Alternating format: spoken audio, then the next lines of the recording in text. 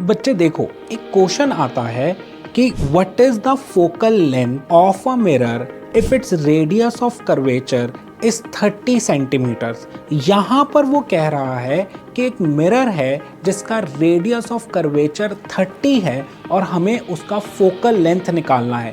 ये एक फिजिक्स का न्यूमेरिकल है। देखो, न्यूमेरिकल सॉल्व करने का मैं एक ऐसा मेथड बताता हूँ। ये मेथड आप आंख बंद करके पेपर में लिखाना, आपको फुल मार्क्स मिलेंगे, ये मेरी गारंटी है। ये मैं इसलिए बोल सकता हूँ क्योंकि मेरे जितने भी स्टूडेंट्स हैं उन्होंने ये मेथड जाके बोर्ड में फॉलो करा है और उन्हें फुल मार्क्स मिले हैं। तो ये मेथड क्या है? सबसे पहले हमारा काम है गिवन लिखना कि गिवन क्या है।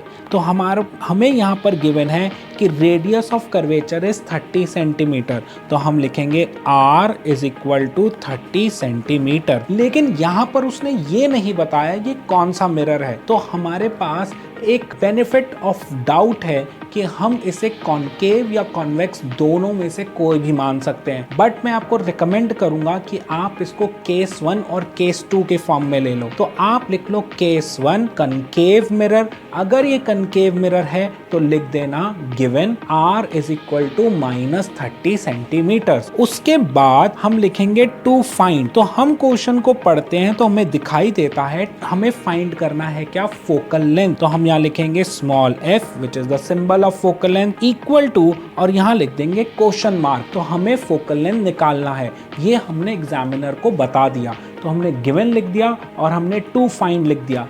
अब हम लिखेंगे हम कौन सा फॉर्मूला यूज करने वाले हैं। तो थर्ड पॉइंट है क्या? Formula use. कौन सा फॉर्मूला यूज? तो हम लिखेंगे f is equal to r/2।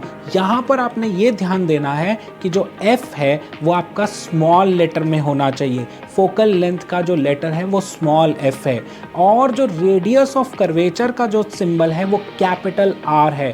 तो f is equal to r/2। उसके बाद हम लिखेंगे सोल्यूशन। अब सोल्यूशन में हम वैल्यूज पुट करेंगे फॉर्मूला में। फॉर्मूला में वैल्यूज पुट करने के भी मार्क्स होते हैं। तो आप लिखोगे f और r की जगह पे 30/2 दैट इज, लेकिन 30 माइनस में है क्योंकि ये कनकेव मिरर है। तो -30/2 तो हमारा आंसर आएगा -15 सेंटीमीटर। तो हमारे कनकेव मिरर की फोकल लेंथ क्या है? -15 सेंटीमीटर।